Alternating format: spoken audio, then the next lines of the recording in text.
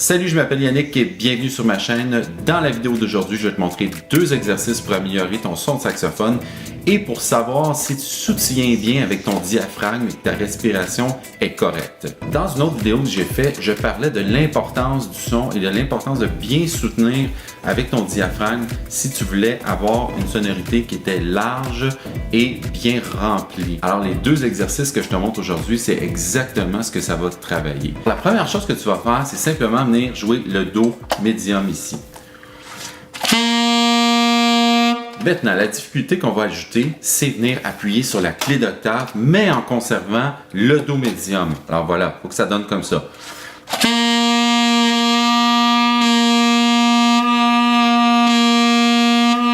Tu entends que le son change. Le but, c'est pas d'avoir une belle sonorité, mais c'est d'ouvrir et de soutenir avec le diaphragme. Parce que si je soutiens pas, le son va aller à l'octave, évidemment. Mais si je pousse vraiment avec mon diaphragme, je vais lutter contre la clé d'octave et c'est ça que je veux finalement pour cet exercice, rester au même octave.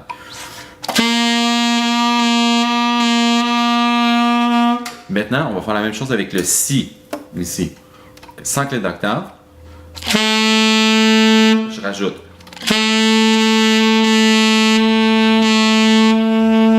Maintenant, on va faire la même chose, mais on commence avec la clé d'octave et on joue Do médium et on descend jusqu'à Sol chromatique, comme ça. Tu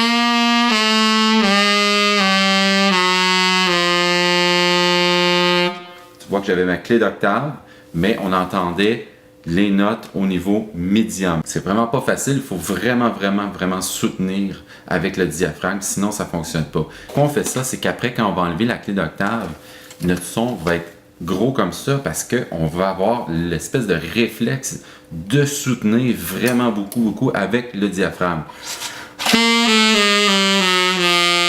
C'est un très bon exercice aussi pour réchauffer ton son. Alors, ce que je te conseille de faire, si tu connais ta gamme chromatique, si tu ne la connais pas, j'ai fait une vidéo là-dessus que tu peux aller voir ici. Tu vas partir du Do médium et tu vas descendre chromatiquement jusqu'au Do grave, mais en tenant ta clé d'octave. C'est pas évident, je te fais un exemple.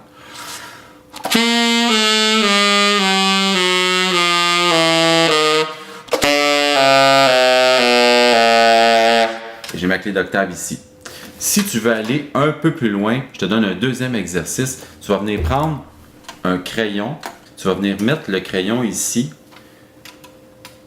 Ici comme ça. Ça va empêcher ta clé d'octave de se fermer. Parce que même si tu appuies dessus, je ne sais pas si tu as remarqué, mais même si tu appuies dessus, quand tu es rendu au sol, je crois, oui, au sol, ici, même avec la clé d'octave, elle va descendre toute seule. Et si tu mets un crayon ici, elle va rester ouverte. Alors, c'est encore plus difficile. On rajoute une difficulté. Ce que je te recommande, c'est lorsque tu es capable de faire avec aisance l'autre exercice, viens rajouter le crayon ici. Et on fait la même chose. On part du Do médium et on descend jusqu'au Do grave.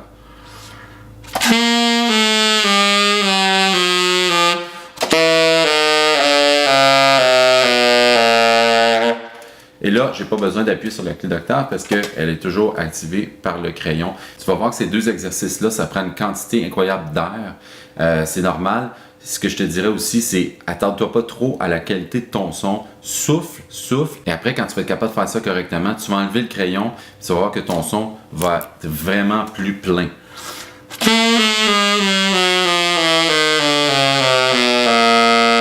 Voilà, c'est ce qui met fin à la vidéo d'aujourd'hui. J'espère que les 2 exercices que je t'ai donnés vont t'aider à travailler, à améliorer ton son. Si tu veux plus de contenu comme ceci, n'hésite pas à t'abonner à ma chaîne. Sinon, on se voit dans une autre vidéo. Je te dis à bientôt. Salut!